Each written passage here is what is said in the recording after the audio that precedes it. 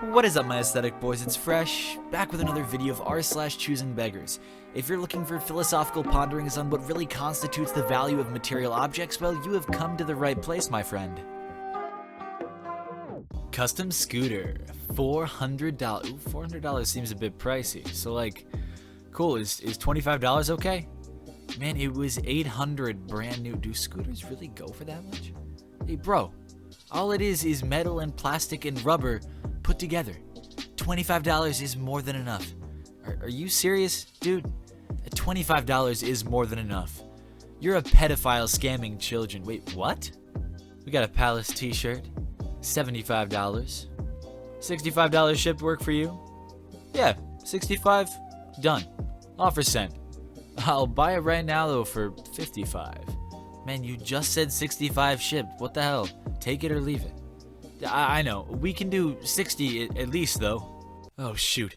Oh no, he accepted the offer right away. It's too high. I have to lower my existing offer. Choosing Beggar, Airbnb edition. So a guest books 4 nights for 2 people.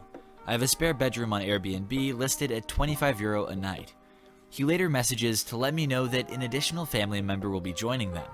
I say, that's fine. My property lists 2 beds plus a double sofa bed, so a total of 4 guests may book, and I'll go ahead and amend his reservation for him.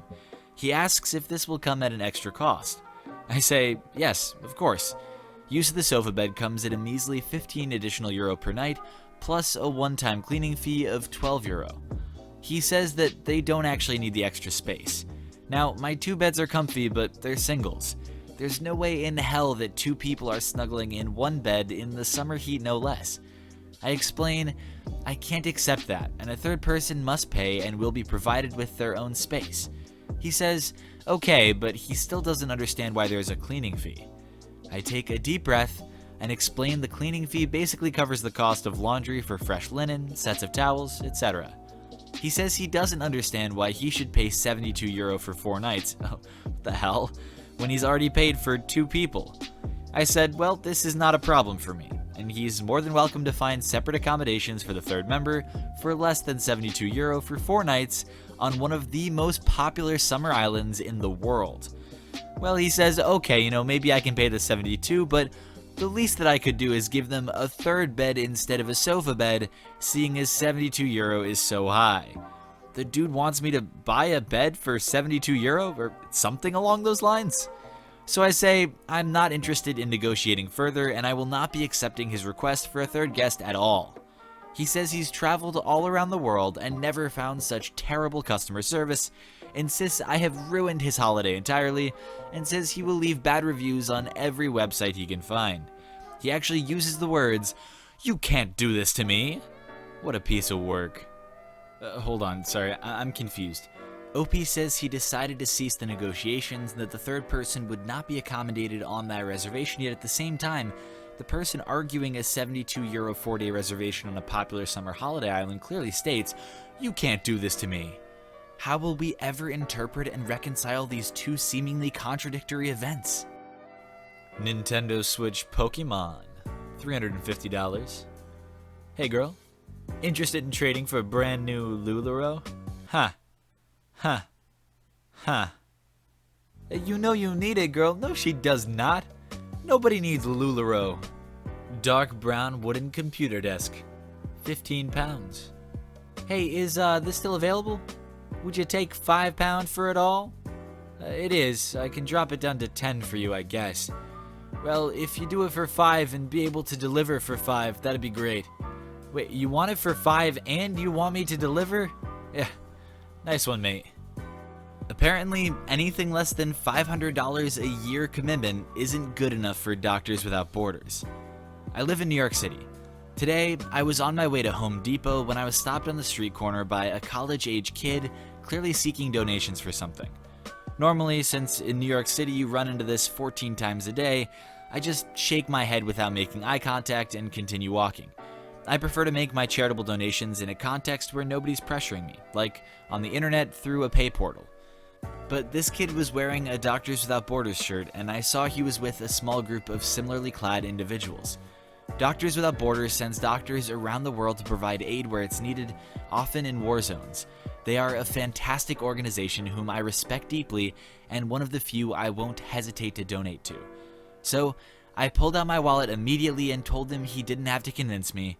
I was ready to donate right now. He explained that for various legal and policy reasons, they can only accept credit cards. I said, no problem, and immediately pulled out my credit card. Silly me, I expected him next to ask me how much I would like to donate.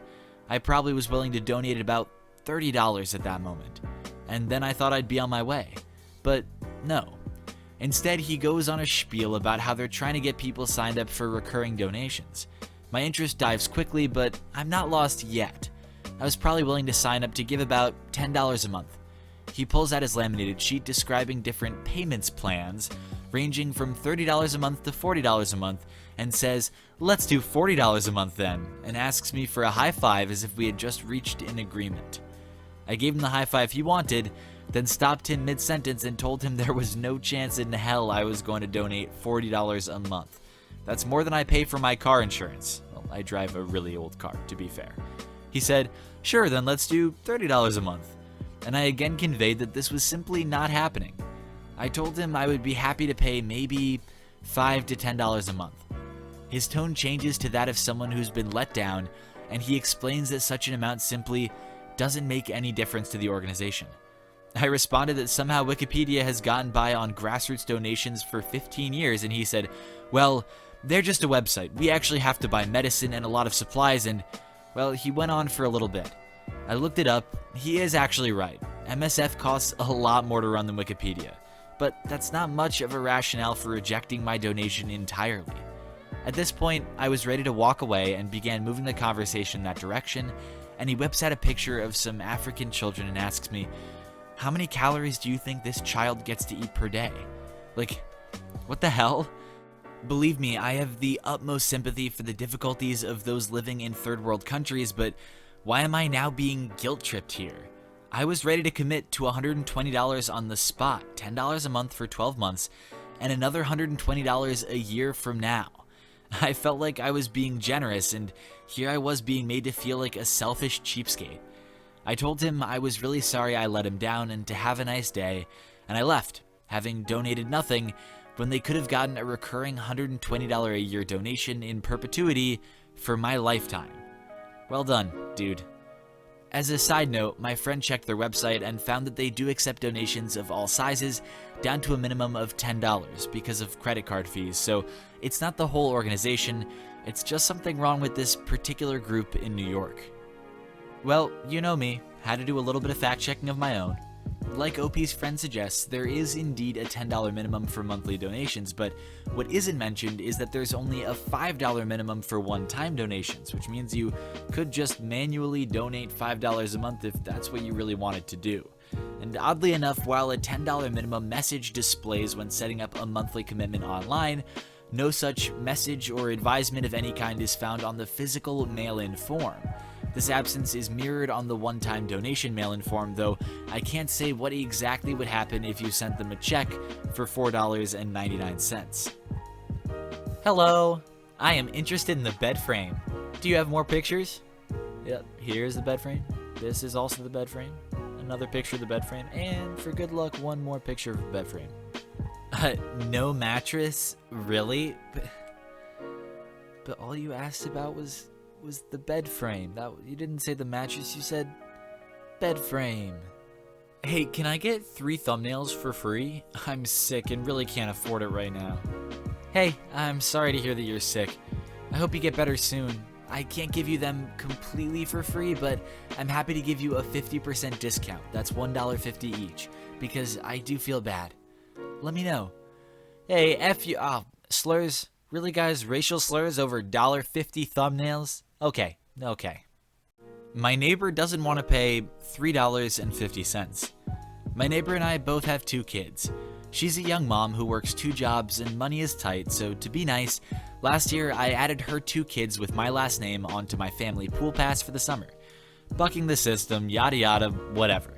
A family pool pass is $200 and it doesn't cost extra to have 2 extra kids on there. This year I offered to do the same because we were getting the family pass anyway.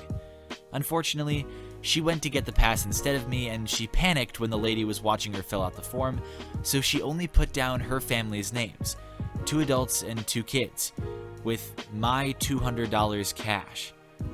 Okay, fine. She says when her sitter takes all 4 kids to the pool, she'll just pay the $350 for the sitter to get in. Okay, that works. She took all 4 kids to the pool yesterday, so she sends me a text.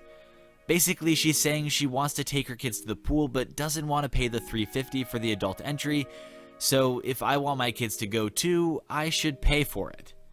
I already paid $200. Now, on the list of choosing beggar actions that I cannot explain, dive into, or otherwise attempt to rationalize, this post has to be near the top. This doesn't come down to negotiation tactics or God knows what else. It just seems like a bizarre sense of entitlement and lack of care, compassion, whatever for other people and those trying to help you. In summary, a cold-blooded Karen. A title clearly well-deserved here. I love your art, and this might be a stretch, but how many likes for a wave painting on a small piece of paper? 500 billion. It would take about that much in exposure bucks to pay the bills. The conversion rate leaves a bit to be desired. Yeah, the new tariffs are really hurting exposure buck exchange rates these days. You'd think the WTO would step in at this point. We have a menu outside we keep at our Asian restaurant. It states clearly that it's our lunch menu from 11 to 3 p.m., and this happens. A guy walks in and looks at the menu inside, which is different since it's the dinner menu, and it's now 7 p.m. He looks at me, ready to order, and this conversation goes down. Hey there, I'm, ready to order. Hello, what'll it be? I'll have the, Hey, why are the prices different? I saw a cheaper price outside. You need to fix this. Well, sir, that's our lunch menu. It's stated on the outside in bold, explaining that it's from 11 to 3 p.m. We have different dinner options since it's now around 7. Well, I've only got this amount. Will you be able to honor the lunch menu since it's false advertising? Unfortunately not, sir, since that's our lunch menu and it makes sure to state that it's lunch hours. Well, I guess I can forget about eating here, he says as he leaves in a huff. Guys, seriously, how hard is it just to read? Why do you have to make the servers' jobs harder? In almost a parallel to the common tales from retail trope of, you just lost a customer, this choosing beggar shows just how little value he has to the business he now dislikes by storming out with the proclamation, "So much for eating here," even though he never intended to pay for their product at the advertised price. If your idea of being a customer is arguing for a lower price and then leaving when they say no, at a casual restaurant no less, I promise you that casual restaurant would not see you as such. Thank you to everyone who watched this video. Be sure to subscribe for more daily Reddit content. Drop a like if you liked the video, and I will see you all tomorrow.